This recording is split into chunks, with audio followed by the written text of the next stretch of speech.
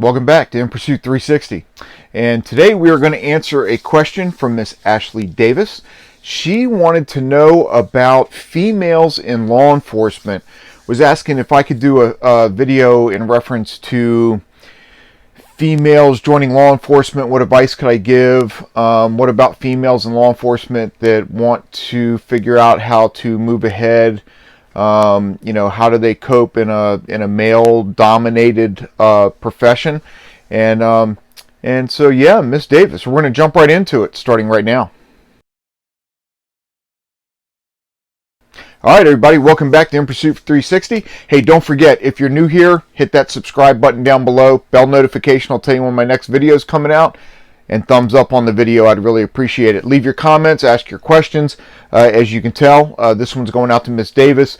If I pick your comment or question to be featured on the channel, I will make sure to give you a shout out. Miss Davis, I really do appreciate it. So anyway, females in law enforcement. So I've definitely known several in my career. So anything special about females getting into law enforcement, the one thing I would be sure to say is, and this is for anyone, not just females, but you need to have kind of the right kind of personality to get into it. So you have to understand that police officers, no matter what their personality type, they kind of have a certain way of being able to survive what they see on a daily basis. And you call it a sixth sense of humor. You can call it the ability to see and forget. Take your pick. Thick skin, maybe. And it's really not any of those things. It's just that part of that personality that allows you to deal with maybe like the worst things in society and be able to move on. And again, I say this is anyone, female or male, it really doesn't matter. You've got to have that ability where you can deal with a stressful situation or a bad situation, a homicide, a suicide, death of a child, a vehicle accident with mangled bodies, and as soon as you clear the call, go sit down and have dinner.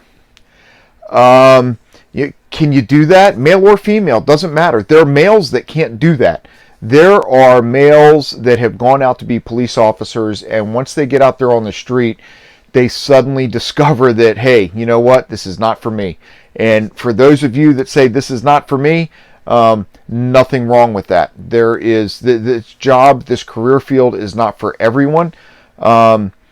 And so anyway, I digress. I'm talking about everyone. So females, yes, you must be able to do the things the males do, right? And sometimes the males have to be able to do things the females can do. I was at FLETC going through UPTP, Uniform Police Training Program, for the Pentagon Police. And we had to go run through a rape scenario. And the males typically, they come across the female victim of a rape, crying and very upset, and they want to reach out and put their hand on their leg or on their arm for comfort, or hey, it'll be okay. You do not tell a rape victim it'll be okay, because you don't know if they're going to be okay or not. And in that moment, they're not. Whereas a female may be able to go into that kind of situation and understand, or at least be able to put themselves in that mindset as a female to female, right? And be able to actually lend comfort through words while still asking questions. Even though the guys don't mean to make a female victim feel that way, it tends to happen, right? So, so there are pluses that females have over males. Females also tend to be a little more empathetic, whereas guys are like, they don't tend to give a crap, right? They don't have any empathy or sympathy for anyone. It's like, well, you put yourself in this position, so now you suffer the consequences. Whereas maybe sometimes the female is more like, hey, I understand you had a rough road, and there are certain things that led you to this point, even though it was never your intention to do this, right? And so guys need to learn that empathy, sympathy side of a female, but females also need to make sure that they learn part of that distancing that the men tend to have. And it's not always guaranteed. It's not 100%. I am not saying that I am a female, but I am saying that, I mean, my mother was my primary upbringer, right? And we spent a lot of time talking. She taught me the importance of being able to talk my way through things and having empathy and sympathy and put myself in the place of others and things like that. So when I worked the street, I used a lot of that. I had like zero use of force reports because I could talk my way out of anything. So females, you know, again, it's not, for some reason it is a male-dominated career field. I think it's more because of perception of required physical strength. I'll be quite honest with you. It's really more of a mental strength than it is a physical strength. You know, sometimes the physical comes into play. But if you're mentally strong and you're wise and you have some street smarts and you know how to deal with people and the public, you don't necessarily always need that physical strength. So, you know, females in the career field, there's nothing wrong with that. Again, I have to tell you, there's one of my favorite stories. I was working for the Stafford County Sheriff's Office, and I walked in through the lobby one day, and there's this female working at the reception desk. And I remember I asked somebody, hey, who is that working at the desk? Oh, that's so-and-so. I was like, oh, okay. Yeah, well, they're going to the academy in a couple weeks. I was like, they're doing what? I mean, she was like this little itty-bitty thing. She must have been maybe 5'2", maybe. I mean, she looked like she was like 16, 100 pounds soaking wet maybe at the time. And I'm like, oh my goodness gracious. And I said, well, what did she do before this? Oh, she was a Marine. Oh, okay, all right, she'll be fine.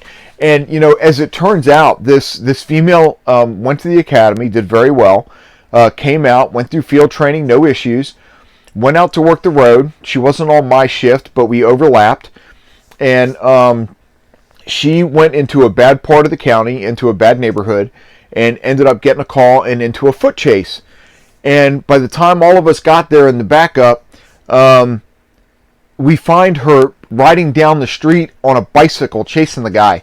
She had actually gone up to a kid and said, hey kid, I need your bike, and took his bike and actually chased this guy down on a bicycle. And I mean, this was a big dude, and she just kept going. Yeah, that mindset, right? The mindset.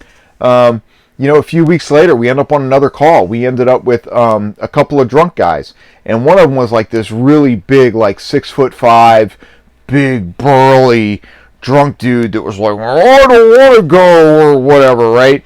And she was there, and she stepped right up to him, looked up, and was like, I said, put your hands behind your back and do it now, now.